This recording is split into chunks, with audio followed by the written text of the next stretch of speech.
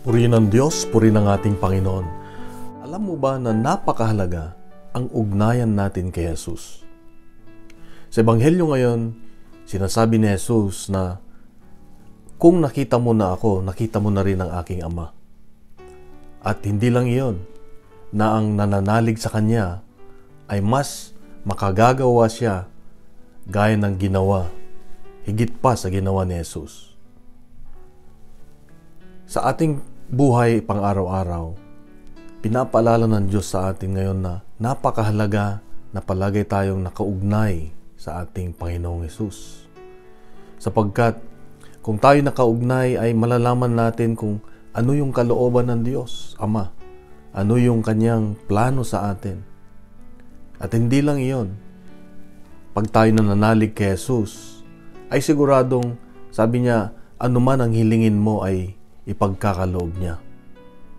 Dito ay makita natin na dalawang bagay na ang hindi nagawa ni Jesus noon ay pwede nating gawin kung meron tayong pananampalataya.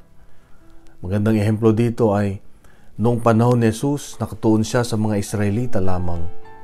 Pero ngayon, kung ikaw ay may pananampalataya, pwede mong ibahagi kahit saang sulok dito sa mundo, pwede mong ibahagi ang Kanyang salita.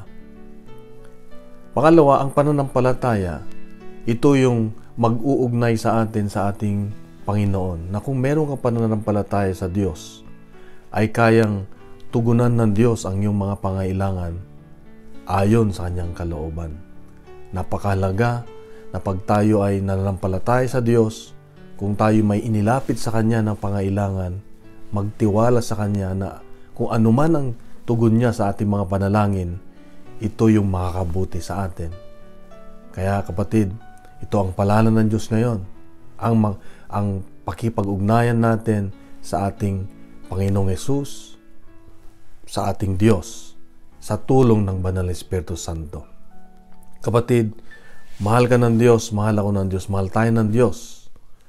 Bukas muli, meron siyang magandang mensahe sa atin. God is good and God bless. At pagkalat natin itong mabuting balita lagi. Ang mabuting balita ay ang Diyos. Huwag tayong makinig sa mga fake news, huwag tayong maniwala sa fake news.